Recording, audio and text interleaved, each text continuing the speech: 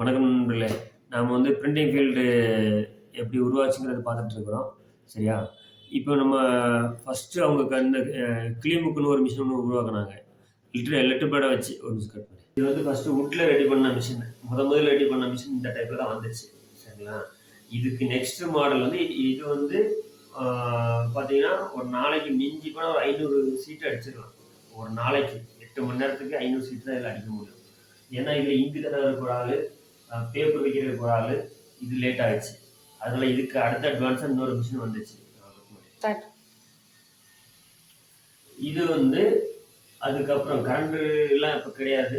இதில் இங்கு அதுவே தடவிக்கும், பேப்பர் மட்டும் நம்ம வச்சா போகுது. இம்ப்ரெஷன் அதுவே ஆயிக்கிற மாதிரி ஒன்று உருவாக்குனாங்க. நெக்ஸ்ட் அந்த கையில எல்லாம் மேனுவலாக பேப்பர் வைக்கிறதுக்கு பதிலாக இதை வச்சாங்க. இதில் பேப்பர் மட்டும் வச்சா போதும். ஒரு ஆள் இந்த பெடலை ப்ரெஸ் பண்ணா இந்த மிஷின் ரன்னிங்லேயே இருக்கும். அவரே பேப்பரை வச்சு எடுக்கிற மாதிரி செட் பண்ணாங்க. இங்கே வச்சா போதும். இங்குக்குள்ள பிளேட் இதில் வச்சா ரோலர் மூலமாக கீழே தடவிட்டு மேலே போயிடும். போகும்போது இந்த பெட் உரசும் போது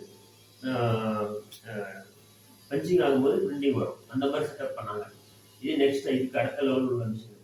இது ஒரு மணி நேரத்துக்கு மினிமம் ஒரு மணி நேரத்துக்கு 200-300 மேலே ஓடிச்சு. சரிங்களா? இந்த செட்டப் வந்துச்சு. இதுக்கு அடுத்த டெக்னாலஜி இதுக்கு அடுத்த இன்னொன்று இருக்கு. எனக்கு காட்டுறேன். அதுக்கு நெக்ஸ்ட் மாடலாக இந்த மிஷின் வந்துச்சு. இதுவும் பெடல் தான். பெடலில் இது மணிக்கு பார்த்தீங்கன்னா ஒரு 2000 சீட் வரைக்கும் போகும். ஒரே ஆள் ஓட்டு 2000 சீட்டுக்கு.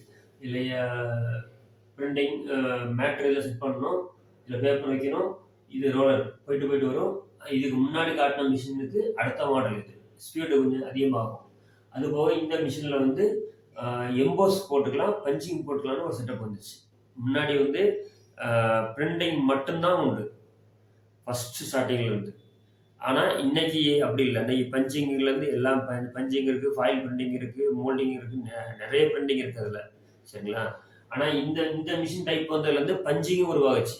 இந்த டைப்பில் பஞ்சிங்கு எம்போஸ் நெக்ஸ்ட் லெவலுக்கு போனது. பிரிண்டிங் மட்டும் இல்லை, பிரிண்டிங்கை தாண்டி பேப்பரில் நிறைய வேலை பண்ணலாங்கிறதுக்கும் இந்த மிஷின் ஒரு மாடல்.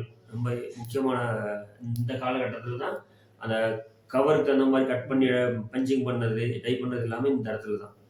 இதெல்லாம் தான் மாறி வந்துச்சு. ஓகேங்களா? இதுக்கு அடுத்த வேலை இது எப்படி ஃபாயில் பிரிண்டிங்காக மாறிச்சு, ஃபாயில் பிரிண்டிங் எப்படி உருவாச்சுன்னு நம்ம பார்ப்போம். நெக்ஸ்ட் வீடியோவில் இது எப்படி கவர் பேசிங் மிஷின்லாம் வந்துச்சுங்கிறத பார்ப்போம். பிரிண்டிங் மிஷினோட அடுத்த டெக்னாலஜி இதுக்கு அடுத்தது தான் இன்னொன்று இம்பார்ட்டண்டான விஷயங்கள் இருக்குது. அதை அடுத்த வீடியோவில் பார்ப்போம். அது வரைக்கும் நன்றி.